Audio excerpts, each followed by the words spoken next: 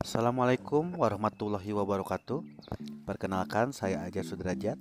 Saya adalah CPNS Kota Bandung, formasi guru kelas, yang saat ini sedang melaksanakan Latsar di Pusdikmin tahun 2021.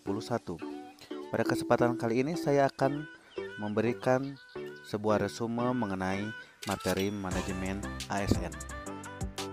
Yang pertama adalah peran, kedudukan, hak dan kewajiban kode etik ASN.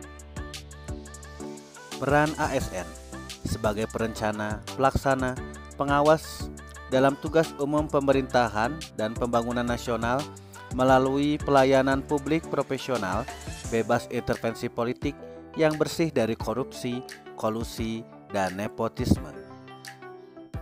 Selanjutnya adalah kedudukan ASN. Berkedudukan sebagai unsur aparatur negeri yang menjalankan kebijakan yang ditetapkan oleh pemimpin instansi pemerintah serta harus bebas dari pengaruh intervensi semua golongan dan partai politik. Selanjutnya, hak dan kewajiban ASN. PNS berhak memperoleh gaji tunjangan dan juga fasilitas, cuti, jaminan hari tua, perlindungan jaminan kesehatan, kecelakaan kerja, kematian, juga bantuan hukum. Yang kelima yaitu pengembangan kompetensi. Sedangkan untuk P3K berhak memperoleh 1. Gaji tunjangan dan juga fasilitas lainnya. Kedua yaitu cuti.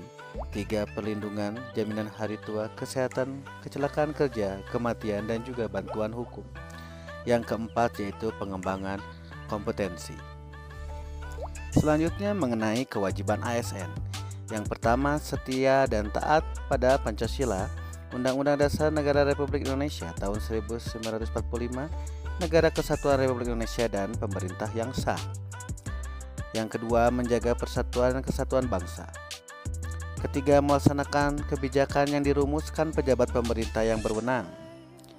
Yang keempat, mentaati peraturan perundang-undangan. Yang kelima, melaksanakan tugas kedinasan dengan penuh pengabdian, kejujuran, kesadaran, dan tanggung jawab. Yang keenam, menunjukkan integritas dan keteladanan dalam sikap, perilaku, ucapan, dan tindakan kepada setiap orang, baik di dalam maupun di luar kedinasan. Yang ketujuh, menyimpan rahasia jabatan dan hanya dapat mengemukakan rahasia jabatan sesuai dengan ketentuan peraturan perundang-undangan. Dan yang kedelapan yaitu bersedia ditempatkan di seluruh wilayah Negara Kesatuan Republik Indonesia. Selanjutnya, kode etik ASN. Yang pertama, melaksanakan tugasnya dengan jujur, bertanggung jawab, dan berintegritas tinggi. Melaksanakan tugasnya dengan cermat dan disiplin. Melayani dengan sikap hormat, sopan, dan tanpa tekanan. Lalu melaksanakan tugasnya sesuai ketentuan peraturan perundang-undangan. Melaksanakan tugasnya sesuai dengan perintah atasan atau pejabat yang berwenang, sejauh tidak bertentangan dengan ketentuan peraturan perundang-undangan dan etika pemerintah. Lalu menjaga kerahasiaan yang menyangkut kebijakan negara. Selanjutnya, menggunakan kekayaan dan barang milik negara secara bertanggung jawab, efektif, dan efisien. Menjaga agar tidak terjadi konflik kepentingan dalam melaksanakan tugasnya. Memberikan informasi secara benar dan tidak menyesatkan kepada pihak lain yang memerlukan informasi terkait kepentingan kedinasan. Tidak menyalahgunakan informasi antara negara, tugas, status, kekuasaan dan jabatannya untuk mendapatkan atau mencari keuntungan atau manfaat bagi diri sendiri atau untuk orang lain. Memegang teguh nilai dasar ASN dan selalu menjaga reputasi dan integritas ASN. Dan juga melaksanakan ketentuan peraturan perundang-undangan mengenai nilai pegawai ASN. Hal kedua yang dibahas adalah konsep sistem merit dalam pengolahan ASN. Sistem merit merupakan kebijakan dan manajemen ASN yang berdasarkan pada kualifikasi, kompetensi, dan kinerja secara adil dan wajar, dengan tanpa membedakan latar belakang politik, ras, warna kulit, agama, asal-usul, jenis kelamin, status pernikahan, umur, atau kondisi kecacatan.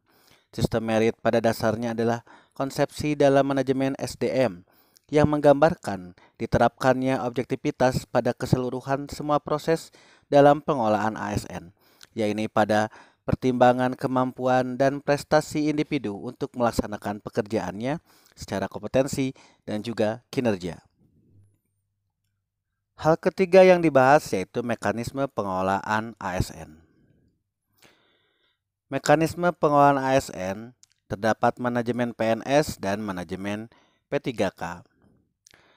Pada manajemen PNS terdapat penyusunan, penetapan kebutuhan, pengadaan, pangkat dan jabatan, pengembangan karir, pola karir promosi dan mutasi, penilaian kinerja, penggajian dan tunjangan, penghargaan, disiplin, pemberhentian, jaminan pensiun, dan hari tua, juga perlindungan. Sedangkan pada manajemen P3K terdapat penentuan kebutuhan, pengadaan, penilaian kinerja, penggajian dan tunjangan, pengembangan kompetensi, pemberian penghargaan, disiplin, dan juga pemutusan hubungan perjanjian kerja. Demikian resume mengenai manajemen ASN. Mohon maaf jika ada kesalahan dan kekeliruan.